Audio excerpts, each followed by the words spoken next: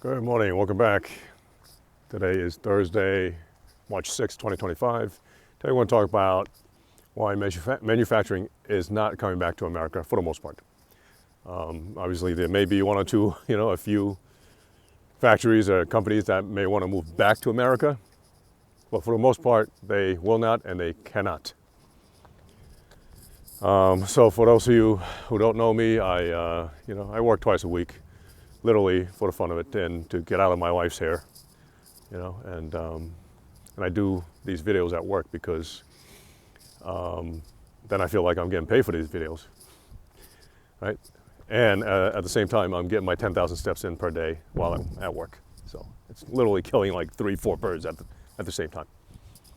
So why isn't manufacturing coming back to America for the most part? Well, one, those that were in America moved out of America for a reason, because capitalism seeks the lowest wages and the highest profits. That's what it does. That's what you would do too if you were a factory owner.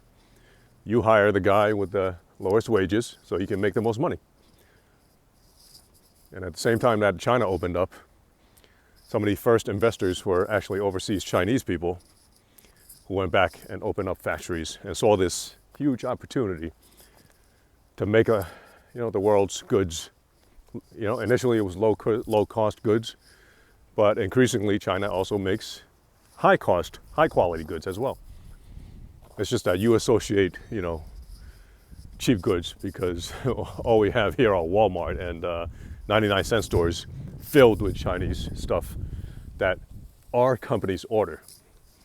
Our companies order these 99-cent items, so to sell to the American public, and the American public now thinks that China only makes 99-cent items. Meanwhile, they make, very nice cars, extremely nice cars. They can even probably make a space station for you if you, have a couple of $1 trillion. As China is the only country in the world right now with its own space station. We have the International Space Station, which, with Russia and everybody involved. And then we kicked China out. And China said, screw this, I'm going to do it myself. And they made their own space station. Anyway, our factories went overseas, and a lot of them went to China to take advantage of their low wages. What we call slavery, slave labor. But to them, it's not slave labor. To them, coming from the countryside, we're earning $0 per hour. Now they're going to the factory, and earning a few dollars a day, who knows, whatever it was back then. But to them, it's more than a livable wage. To them, it was a dream job. So, as China has gotten more middle class, and the wages have gone up, and the profits have gotten lower for the factory owners, they've started moving these factories more into the interior of China, where the countryside is, where it's still poorer. The coast is much more educated, elite, much more wealthier. The interior of China is still quite poor. So they've moved a lot of these factories into the interior, as well as overseas, down into Southeast Asia, like Vietnam and Cambodia. And if you look at the tags on your clothes, probably 10, 20 years ago, every single tag would have been made in China. Now maybe half are made in China, and the other half are made in, you'll see, Vietnam, Sri Lanka, Bangladesh, Cambodia, okay, where the wages are now lower than China. But that's what it does. That's what capitalism does. Trying to keep up the profits by paying low wages. So,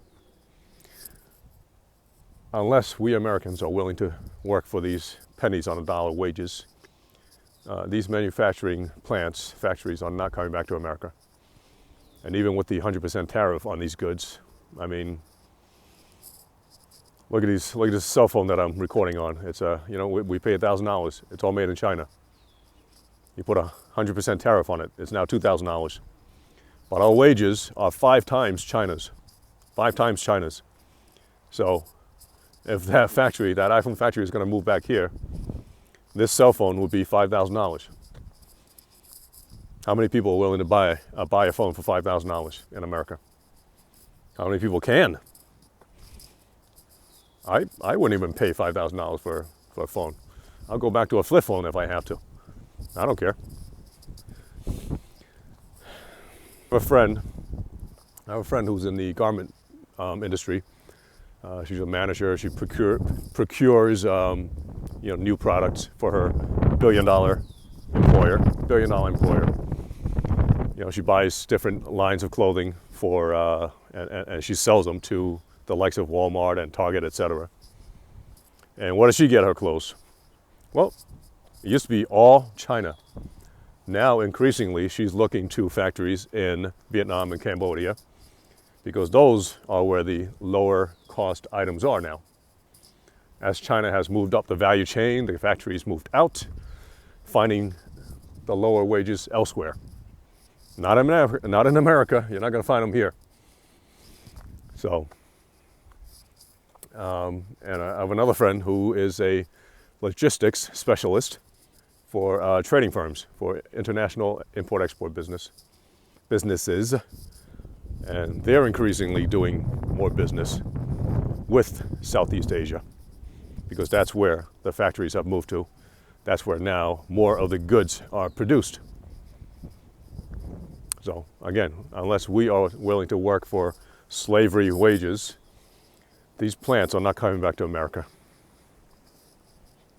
Anyway, that's my take on this little topic here. I'll talk to you next time.